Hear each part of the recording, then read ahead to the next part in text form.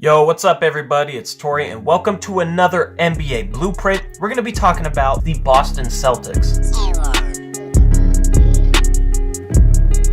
Last season has to be considered a success for Boston, especially when they lost Gordon Hayward on opening night, when it was a question whether they even be able to contend for home court advantage, let alone get the number 2 seed in the East, which they did. And with Kyrie going down in March, many people were betting against them when the playoffs came around, but they still ended up making it to the conference finals, where they lost to the Cleveland Cavaliers in a close Game 7, almost made it to the NBA Finals. Brad Stevens did a terrific job, and the sky's the limit for the Boston Celtics, especially last season when they showed that they have a ton of bright and up-and-coming youth, and when those stars get healthy, that's a perfect mix of talent that Danny Ainge has amassed there in Boston. We're going to jump into the trade market quick because Danny Ainge is always looking to make a deal, and there is a ton of different angles that Boston could take this offseason when it comes to making trades and acquiring even more young talent or more all-stars. The Celtics have the 27th pick in this year's draft. They would have had the Brooklyn pick, but of course they traded him to Cleveland for Kyrie Irving.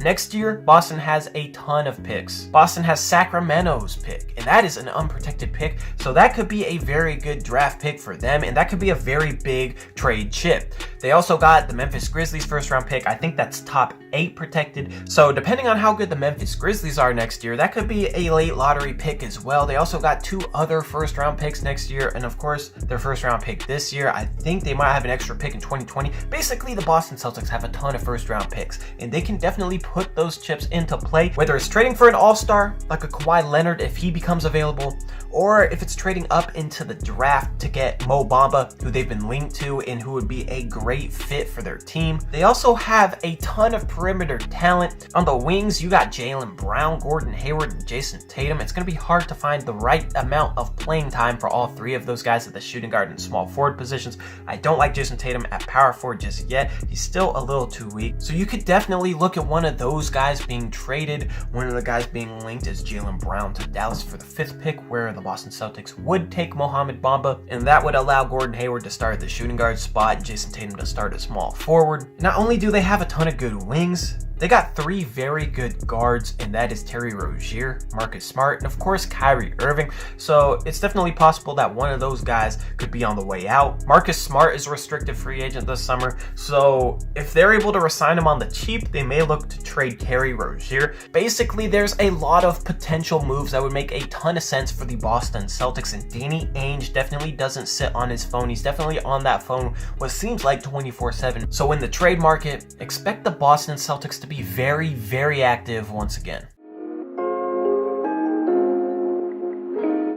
When it comes to the NBA draft, they got the 27th pick in the draft, and there's really not much to talk about here. They definitely could get a player that they could develop. Boston has shown to be very good at developing players, but he's not a guy that'll play in the next couple years anyway. They already have a ton of young guys on the bench that they are trying to develop. They got Yabusele as well as Ojale as kind of fringe first-round prospects that they're already developing, but you can never add too many first-round picks. And even though it's at the end of the first round, they're very good at developing players, and they should be trying to develop somebody with every single roster spot. So it definitely is an important pick because you don't know who they're going to trade down the line and who's going to step in. If they're able to develop a guy, it might make it easier to trade somebody like a Jaylen Brown or a Terry Rozier a couple years from now.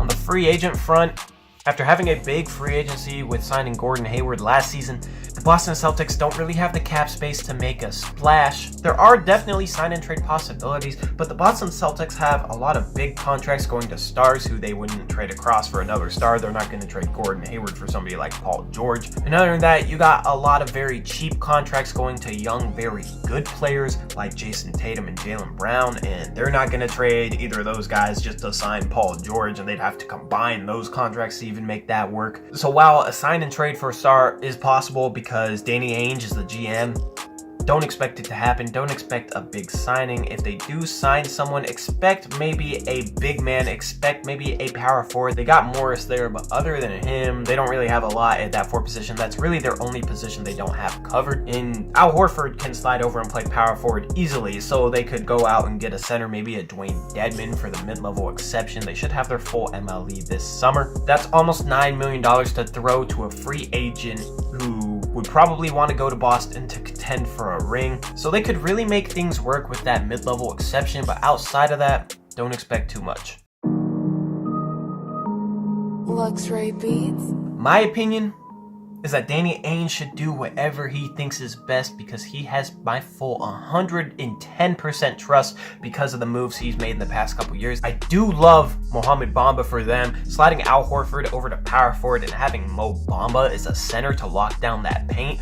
Putting Mo Bamba in there would make them the best defense in the NBA. They were already near the top, but that dude is the next Rudy Gobert, and he has potential to be a 3-and-D rim protector at a very elite level. So if he can space the floor too for the guards and for guys to drive to the rim, bring the other team's paint protector away from the rim, and then on the other side, lock it down, that would be a great pick. And even if they have to give up somebody like Jaylen Brown, I think they should do it because they do have the wings to cover that loss and not really fall off too far there. Like I said, they do need a little bit more depth at the big man position, so getting somebody like Mo Bamba would be a huge pickup for them. If Kawhi Leonard becomes available in the trade market, they definitely should look into trading for him as well. With how good their young talent is, though, it would have to be the right deal. Maybe 3 of their 2019 first-round picks, a Morris brother, as well as Jaylen Brown. Maybe that could work. That would be a decent trade. But Boston should definitely continue building towards a contender now,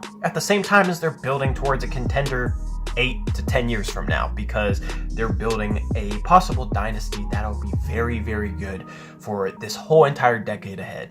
Anyways, let me know what you guys think of the Boston Celtics offseason coming up. Let me know what type of trades you expect Danny Ainge to make this summer, because every summer he seems to pull a rabbit out of the hat. Make sure you check out my mock drafts that have been dropping lately, and make sure you check out my other blueprints. And with that being said, I'm gonna get out of here. We'll see you guys next time. This has been Tori. Have a great one. Peace out.